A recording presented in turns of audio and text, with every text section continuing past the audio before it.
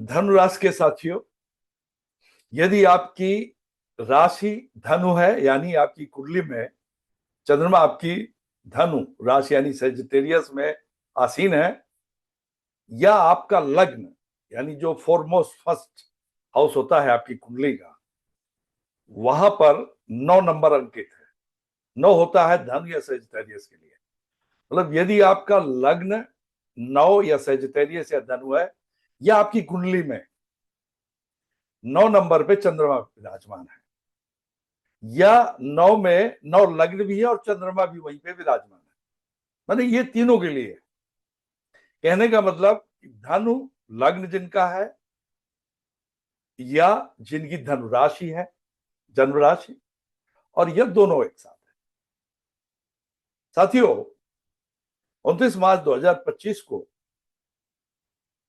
शनि देव राशि परिवर्तन करने जा रहे हैं और वो मीन राशि में प्रवेश करेंगे रात्रि 9:45 में, और इस प्रकार से आपकी कुंडली के चौथे भाव में प्रवेश करने जा रहे हैं। चौथा भाव, आप जानते हैं आपकी कुंडली में 4 केंद्र होते हैं। 4 केंद्र में पहले भाव को भी केंद्र में लेते हैं, चौथे को लेते हैं, 7वें को और 10वें को।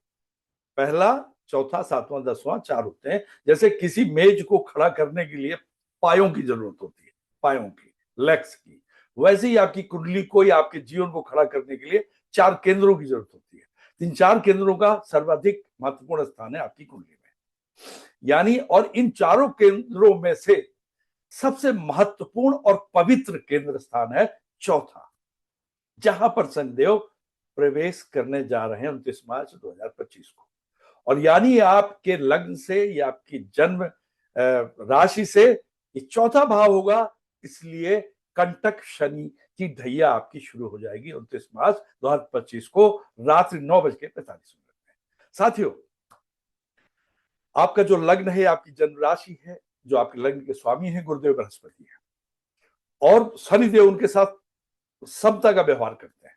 सम यानी न्यूट्रल, उनके साथ किसी प्रकार की शत्रुता नहीं, यदि मित्रता नहीं है, शत्रुता भी नहीं। लेकिन एक चीज बता दूं कि मीन राशि उनकी पसंदीदा राशि है। शनि देव एक कार्मिक प्लेनेट है और गुरुदेव एक सात्विक प्लेनेट है, इसलिए इन लोगों की बड़ी अंदर की कोई इंटरनल अंडरस्टैंडिंग रहती है रिजल्ट देने में। मिलजुल कर ये दोनों बहुत अच्छा रिजल्ट देते हैं।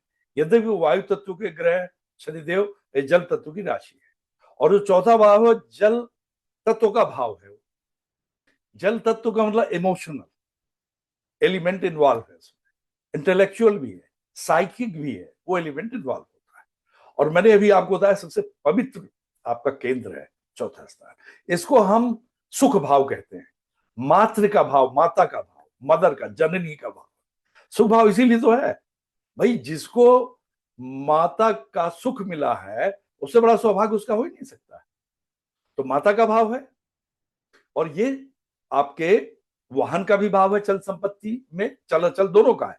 चल में वाहन का भाव हो गया, अचल में मकान और भूमि का हो गया, और आपके जो ग्रेजुएशन तक के एजुकेशन है उसका भी भाव है। यानी इस चौथे भाव के जो कारक ग्रह है वो चंद्रमा हो गए माता के, ये आपके इमोशंस के, ये आपका चेस्ट को, आपकी बॉडी में चेस्ट को रिप्रेजेंट करता है चौथा भाव। तो उसके कारक ग्रह कौन हो गए? माने आपकी इमोशंस के, आपकी माता जी के, आपकी भावनाओं के कारक ग्रह चंद्रमा।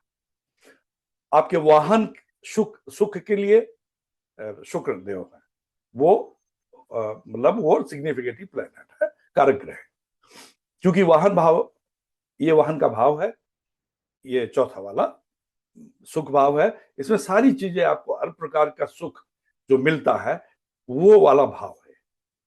आपकी जमीन जायदाद का भाव है जिसके मंगल कारक है। फिर आपकी चल संपत्ति में तो अभी हमने बता दिया, वाहन आया और उनका आपके शुक्र है। आपकी पढ़ाई लिखाई, शिक्षा दीक्षा का बुध कारक ग्रह है। और यहां पर आकर के जब शनिदेव बैठ रहे हैं तो आप जानते हैं कि शनिदेव की चंद्रमा के साथ तो शत्रुता है, इसलिए वो थोड़ा वहां कंफ्लिक्टिंग होगा। आपकी इमोशनल जो आपके थॉट्स है, जो आपका इमोशनल एस्पेक्ट है जीवन का, वो थोड़ा अपसेट होता है उनके बैठने से, निश्चित तौर पर। लेकिन इनकी मित्रता है शुक्र के साथ भी और बुध के साथ भी। इसलिए जो कारक ग्रह ये प्लेनेट है उनके साथ इनका बड़ा जुड़ाव अच्छा रहेगा। और मीन राशि है, लग्न के स्वामी के साथ भी इनका संभाव है, यानी आपको स्वयं जो आप लग्न है आपको भी अच्छे लाभ देने वाले हैं। और ये वाहन का भी सुख इस दौरान 2.25 वर्षों में आपका ये भी पूरा बरकरार रहेगा, या नई भी खरीदारी हो सकती है, यानी वो आपकी मनपसंद सुख मिलने वाला है। हाँ, जमीन जायदाद में एक चीज मैं आपको बता दूं, उसके कारक ग्रह मंगल है, मंगल के साथ ये शत्रुता महसूस करते हैं। बुध के साथ मित्रता है इनकी।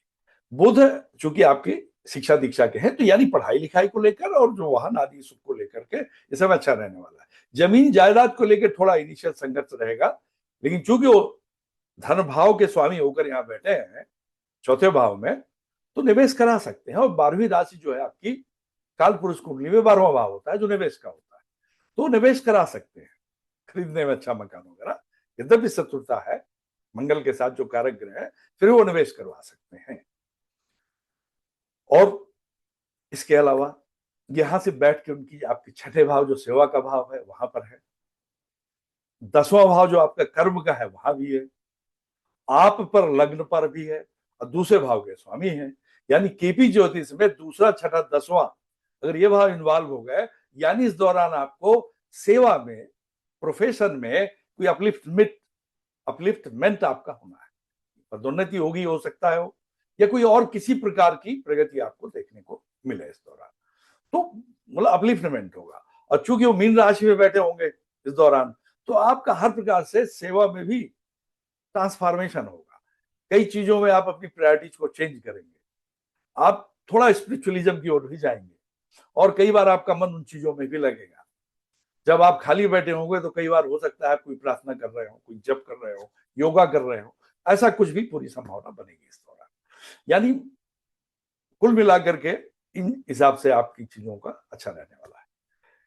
कंपटीशन के हिसाब से चूंकि सेकंड के लॉर्ड होके बेसिक एजुकेशन का 4th में बैठे हैं, छठा कंपटीशन का वहां उनकी दृष्टि पड़ रही है, तो वो आपको इस दृष्टि से चूंकि वहां सब राशि में है और केंद्र में है, सबसे पवित्र केंद्र स्थान में बैठे हुए हैं शनिदेव, तो वो आपको परीक्षाओं में भी सफलता दिलाएंगे,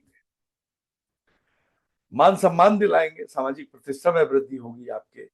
और आप में स्वयं चूंकि आपके लग्न भाव में उनकी दृष्टि पड़ रही है, तो आपके अंदर भी एक इमोशनल ट्रांसफॉर्मेशन होगा, आपके व्यक्तित्व में, आपकी शख्सियत में। मीन राशि में बैठे हुए हैं, दो तत्वों का समागम हो रहा है, मेल जोल हो रहा है, कन्वर्जेंस हो रहा है, वायु तत्व जल तत्व का। तो वायु तत्व इंटेलेक्ट को रिप्रेजेंट करती है, जल तत्व इमोशंस को। इस तरह का दोनों का कॉम्बिनेशन मिलकर आपके व्यक्तित्व और शख्सियत को प्रभावित करेगा। तो कुल मिलाकर चैलेंजेस तो होंगे, मान के चलिए, कई अचीवमेंट भी होंगी, चैलेंजेस होंगे, लेकिन आपसे व्यवसाय के क्षेत्र में, सेवा के क्षेत्र में मेहनत परिश्रम अवश्य कराएंगे, मान के चलिए। आप थोड़ा स्वास्थ्य को लेकर के सावधान रहिए, बीमारी के कारक ग्रह हैं शनिदेव, छठे भाव में दृष्टि है, और इसलिए आप थोड़ा सा संयम खान पान में बरतें, उसको लेकर के आप संयमित रहेंगे तो आपका कल्याण होगा। और मैंने जैसा कि आपको बताया कि जिस भाव में वो बैठे हैं, मित्र राशियों को, राशि ग्रहों को जो भाव है, मित्र राशि में भाव है उनके छठे, 12वें और लग्न, 10वें और लग्न, उनको देख रहे हैं। तो देखने के बाद उनका भी वो मतलब मैलिफिक प्लेनेट होने के नाते चुनौती देंगे, चैलेंजेस देंगे। लोहे का पाया आपका निकल के आया है, लोहे का पाया होता है सबसे चुनौती भरा समय। एक सोने का होता है जो अच्छा, सबसे अच्छा माना जाता है, चांदी का दूसरे नंबर पे, तांबे का पाया अगर निकलता है तो माना जाता है कि इनिशियली आपको फेल्योर मिलेगी, बाद में सक्सेस मिलेगी। तो लोहे वाले में पूर्णतः चुनौतीपूर्ण समय रहने वाला है। चुनौतीपूर्ण इन द सेंस की आपकी परीक्षा ली जाएगी। जब आप तब करके इस 2.5 वर्ष के बाद या 2.25 वर्ष के बाद निकलेंगे, तो आप में एक अजीब प्रकार से ट्रांसफॉर्मेशन होगा, और आप आगे चुनौतियों को जीवन की फेस करने के लिए तैयार रहेंगे। तो मित्रों, अब मैं आपको अंत में उपाय बताता हूँ। उपाय के लिए देखिए ऐसा है कि आप ओम शनश्चराय नमः का प्रतिदिन 108 बार जाप, एक माला पूरी शुरू कर दीजिए। और ये सुबह नहीं, शाम को करेंगे तो अतिउत्तम होगा।